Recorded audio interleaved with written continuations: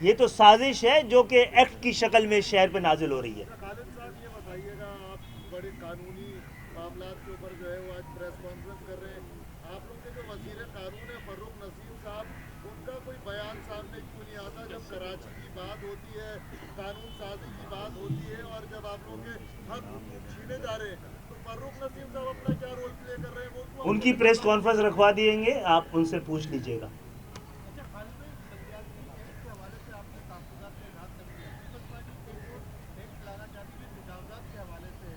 کراچی کی غریب عوام جو آبادیاں تھیں جہاں پر ایم کیو کی ایکٹیویٹی وہ تو گرا دی گئی لیکن کوئی انصاف نہیں آیا.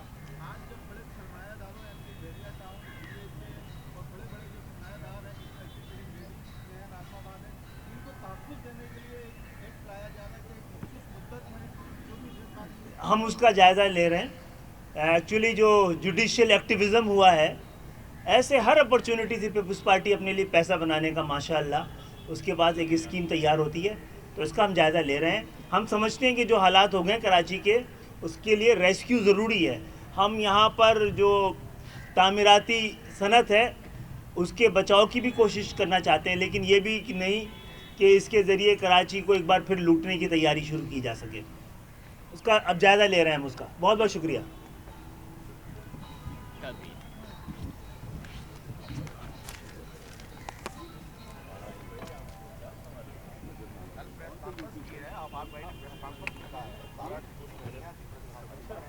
کیا تھا سارا انہوں نے کہا ہے